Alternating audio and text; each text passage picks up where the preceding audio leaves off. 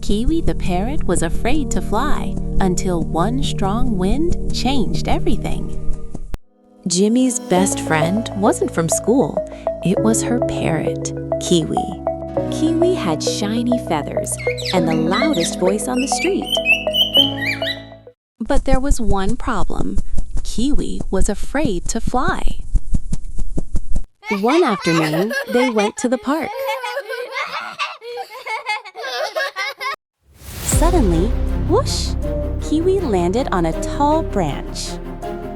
It looked very high from up there.